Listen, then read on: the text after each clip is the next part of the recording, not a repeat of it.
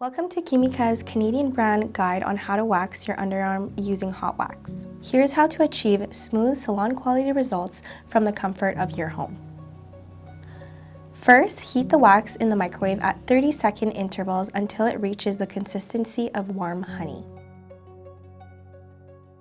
Next, cleanse your underarm with Kimika's pre-waxing cleanser to ensure it's free of oils and impurities. For best results, divide the underarm in two sections, the upper and the lower part. Now apply a thick layer of wax in the direction of the hair growth, ensuring the edges are thicker for easy removal. Let the wax set until it no longer sticks to your fingers. Quickly remove the wax in the opposite direction of the hair growth while keeping the skin firm to minimize discomfort. If you experience any discomfort, gently apply pressure to the waxed area. To remove any lingering wax residue, apply Kimika's Wax Off Oil, followed by our soothing post-waxing vitamin E lotion to calm and nourish your skin. Enjoy professional results right at home.